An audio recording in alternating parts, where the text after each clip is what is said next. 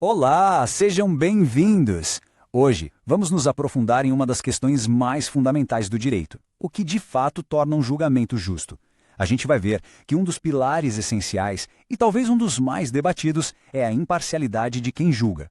Vamos desvendar juntos por que essa ideia é tão crucial para a justiça. Para a gente mergulhar nesse tema, nosso roteiro vai ser o seguinte. Primeiro, vamos entender o ideal de um juiz como um terceiro imparcial. Depois, vamos explorar os dois grandes sistemas processuais que existem. Aí, entramos no dilema específico do sistema brasileiro, vemos como a Constituição serve de bússola para a gente e, por fim, refletimos por que essa é uma luta que nunca acaba. Então, vamos começar pelo começo, pelo porquê da coisa toda. Por que imparcialidade é tão importante? Isso vai muito além de uma simples regra jurídica, viu? É, na verdade, uma necessidade psicológica para que a justiça possa funcionar. E essa citação do Franco Cordeiro, olha, ela vai direto ao ponto. Pensem comigo. Quando a mesma pessoa que investiga é a que vai julgar, ela inevitavelmente cria uma hipótese sobre o que aconteceu. E a nossa mente, por natureza, tende a se apaixonar por essa primeira ideia. A gente começa a procurar o que confirma a nossa teoria e, sem perceber, ignora o que a contradiz. É um viés cognitivo perigosíssimo quando se está em jogo a liberdade de alguém. Os italianos têm uma palavra que captura essa ideia de forma brilhante: terciedade. O conceito é simples, mas extremamente poderoso. O juiz não pode ser parte do jogo. Ele não é um jogador nem técnico. Ele tem que ser um terceiro, um elemento de fora, completamente alheio e distante dos interesses de quem acusa e de quem defende. E é aqui que o Ferrajoli nos traz uma reflexão fundamental. Não adianta só confiar na integridade pessoal do juiz, na sua boa vontade de ser imparcial. O próprio sistema, a arquitetura institucional do processo, precisa garantir essa distância. A imparcialidade tem que ser uma característica do design do sistema, e não só um atributo pessoal. Bom, essa ideia de um design institucional que garante o distanciamento do juiz nos levam a dois grandes modelos de sistemas de justiça. Vamos dar uma olhada em como a arquitetura de cada um deles funciona na prática. De um lado, a gente tem o sistema inquisitório. Nele, o juiz é o grande protagonista do processo. Ele não só julga, ele também gerencia a investigação, ele busca as provas, as funções de acusar, defender e julgar acabam se misturando na figura dele. Ele é o gestor da prova. Já do outro lado, nós temos o sistema acusatório. E aqui, a separação de papéis é rígida, é clara. Existe uma parte que acusa, outra que defende e o juiz. O juiz atua como um árbitro neutro, que assiste a essa disputa e decide com base nas provas que as partes trouxeram. A gestão da prova aqui é das partes e não do juiz. E essa tabela, pessoal, ela escancara o abismo que existe entre os dois sistemas. Percebam a diferença. No inquisitório, o processo geralmente é secreto, escrito, e o réu é tratado quase como um objeto a ser investigado. Já no processo acusatório, o processo é público, oral, e o réu é um sujeito de direitos. Mas a mudança mais radical, sem dúvida, está na presunção. Um sistema parte da ideia de culpa, o outro da presunção de inocência. Isso muda tudo. Certo.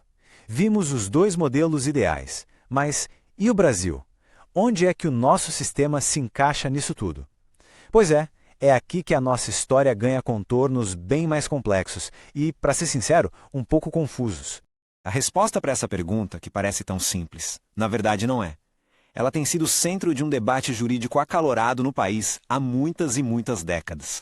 Em 2019, o legislador tentou colocar um ponto final nessa discussão.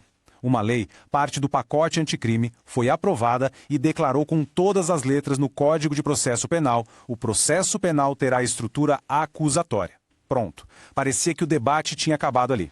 Só que não foi bem assim. Quase que imediatamente a aplicação desse artigo e de outros que concretizavam um sistema acusatório foi suspender-se por uma decisão liminar do Supremo Tribunal Federal. E essa suspensão nos deixou num verdadeiro limbo jurídico, com o conflito ainda totalmente em aberto. E é aqui que a gente entende a esquizofrenia do nosso sistema. Porque, ao mesmo tempo em que uma lei nova aponta para um caminho acusatório, nós ainda mantemos no nosso código artigos bem antigos que dão ao juiz poderes típicos de um investigador. O juiz pode, por exemplo, ordenar a produção de provas por conta própria, de ofício. Isso cria uma contradição gritante no coração do nosso processo penal. Bom, então se a lei comum está nesse impasse, nesse conflito, para onde a gente olha para encontrar uma solução? A resposta, como quase sempre no direito, está no topo, na nossa Constituição Federal.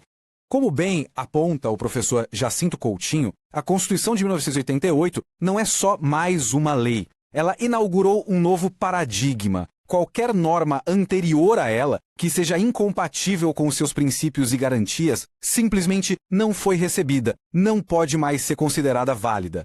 E aí, quando a gente analisa os grandes princípios da nossa Constituição, não tem como fugir.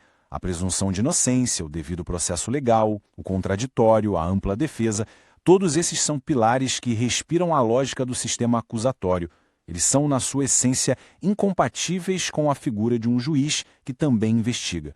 E mais do que isso, a própria Constituição desenhou a estrutura do sistema de justiça. Ela deixou bem claro: ao Ministério Público cabe com exclusividade a acusação, ao Poder Judiciário cabe julgar, e a defesa, exercida pela advocacia, é indispensável. Não há espaço nesse desenho constitucional para misturar essas funções. Tudo isso nos leva à nossa conclusão. E ela vai além da técnica jurídica. Ela toca no alicerce do tipo de sociedade que queremos construir. Como nos lembra Martin Crielli, um sistema de justiça com uma separação clara de poderes, com um juiz verdadeiramente imparcial, não é um mero detalhe técnico ou um luxo processual. É a única forma de efetivamente limitar o poder punitivo do Estado. É o que faz com que os direitos humanos deixem de ser apenas uma bela declaração no papel e se tornem uma realidade concreta. No final das contas, a luta por um sistema verdadeiramente acusatório no Brasil é uma luta pela própria definição do que é justiça. E isso nos deixa com uma reflexão final. Se a forma como o processo é conduzido influencia tanto o resultado, o que realmente significa ter um julgamento justo? A resposta, talvez, esteja tanto no como se julga, quanto no veredito que é dado no final.